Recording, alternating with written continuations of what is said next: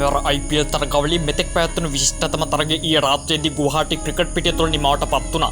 තරගය පැවැත්වුණේ point table එකේ සාර්ථක අසුම් වෙන් කරවාගෙන සිටින දිල්ලි කැපිටල්ස් සහ ගුජරාට් ටයිටන්ස් අතර. තරගයේ පළමුවෙන් කාසිය වාසයේ දිනු දිල්ලි කැපිටල්ස් නායක අක්ෂාර් පටේල් පළමුවෙන් ලකුණු ටෙස්ට් කිරීමට ගුජරාට් ටයිටන්ස් කණ්ඩායමට ආරාධනා කරා.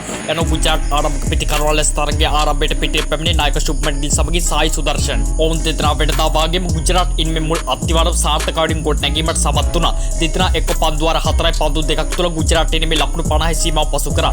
සුප්‍රීපිතිකරණයකට යෙදෙමින් සිටියදී නොසිතූ ලෙස දැවී යාමකට ලක්වීමට සුදර්ශන්ට සිදු වුණා. ඔහු දැවී යන්නට පන්දු 12ක් තුළ ලකුණු 26ක් ටෙස්ට් කරගෙන සිටියා. ජූනි මාස 3 වනදා සිට පැවැත්වීමට නියමිත ශ්‍රී ලංකාව සහ බටහිර ඉන්දියා කොදෙව් අතර තරග සියල්ලම ඔබට මෙම නාලිකාවේ සජීවීව නැරඹීමට හැකියාව ඇත. නාලිකාව සබ්ස්ක්‍රයිබ් කරලා තියාගන්න. සුදර්ශන් දැවී ගිය පසු ගිල් සමග ඉන්ම ඉදිරියට ගෙන යාමට පිටේ පැමිණි ජොස් බට්ලර්. සුදර්ශන් දැවී ගියා කියලා නොසෙනු ගිල් බට්ලර් සමග එක්ව ආයමත් සාර්ථකවලින් ලකුණු ටෙස්ට් කරන්න පටන් ගත්තා. දිල්ලි පන්දු බලයන්ට එරෙහිව සුපිරි ඉනිමක නේතුරු ගිල් පන්දු 24ක් තුළ වේගවත් අර්ධශතකයක් වාර්තා කරා. ඔහු ඒ ආකාරයෙන් වාර්තා කරේ මෙවර IPL තරගාවලියේ ඔහු වාර්තා කෙරු 8 වන අර්ධශතකයයි. ගුජරාට් කණ්ඩායම වෙනුවෙන් මෙවර තරගාවලියේ වැඩිම අර්ධශතක ගන්නකට හිමිකම් කියන්නේත් නායක ශුභ්මන් ගිල්.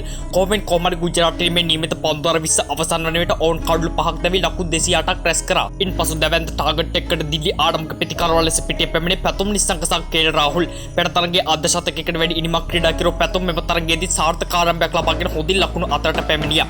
කේල් රාහුල් සමග එක්වී පැතුම් දිල්ලි ඉනිමේ මුල් අඩිතාලම සාර්ථක එකක් කර ගැනීමට සමත් වුණා. පැතුම් ඒ ආකාරයෙන් හොඳින් ලකුණු ටෙස්ට් කරමින් සිටියදී තරගයේ 6 වන පන්දු වාරයව මොහොමඩ් සිරාජ් පළමු පන්දුව විදියට පැතුම්ට බවුන්සර් පන්දුවක් යොමු කළා. පැතුම් එම් පන්දුවට පහරක් එල්ල කිරීමට උත්සාහ කරත් ඔහු සාර්ථකුනේ නැහැ. මොකද එම් පන්දුව ගොඩක් උඩින් ගිය නිපන්දුවක් නිසා. පැතුම්ට බෝල මිස් වුණ සැනින්ම සිරාජ් පැතුම්ට කිණ්ඩි හිනාවක් දා hit 6 if you can කියා පැවසුවා. සිරාජ්ගේ පැවසුවේ පුළුවන් නම් 6 පහරක් ගහන්න කියා. සිරාජ්ගේ බොළඳ කතාවට පැතුම් කටින් උත්තරයක් ලබා නොදී පාඩු වී හිටියා. කටින් උත්තර නොදුන් පැතුම් සිරාජ් යොමු කළ අනෙක් පන්දුවට දැවැත් 6 පහරක් එල්ල කරා.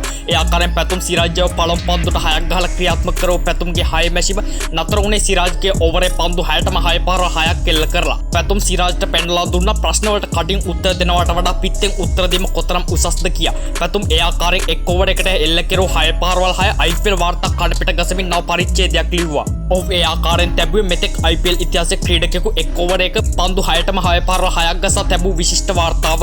විශේෂම කාරණේ වන්නේ ලෝ වටාම් ක්‍රිකට් දක්ෂයෙන් ක්‍රීඩා කරන IPL තරගාවලියේ ප්‍රථම 6 වාර්තාව ලාංකික ක්‍රීඩකයෙකුගේ පිටෙන් වාර්තා වීමයි. පන්දු යවන්නන්ට එරෙහිව සුපිරි පිටිහල්බයක නියතුණු පැතුම් මෙම තරගයේදී අර්ධශතකයක් වාර්තා කරා. ඔහුට ඒ සඳහා වැය වුණේ පන්දු 14ක් පමණයි. පැතුම් දැවී යන්නට පන්දු 20ක් තුළ ලකුණු 72ක් ටෙස්ට් කරගෙන සිටියා. ඔහු ගෙනමට 4 පහර 4ක් සහ 6 පහර 8ක් ඇතුළත් වුණා. අවසානයේ කොහොමද තරගයේ ජයග්‍රහණය කරේ පැතුම්ගේ දිල්ලි කැපිටල්ස් කණ්ඩායම. තරගයේ වීඩියෝ ලෙස නම් දරේ විශිෂ්ට පිටිකරණයක් හැබෝ පැතුම්. ජූනි මාස 3 වනදා සිට පැවැත්වීමට නියමිත ශ්‍රී ලංකාව සහ බටහිර ඉන්දියා කොදෙව් අතර තරග සියල්ලම ඔබට මෙම නාලිකාවේ සජීවීව නැරඹීමට හැකියාව ඇත. නාලිකාව සබ්ස්ක්‍රයිබ් කරලා තියාගන්න.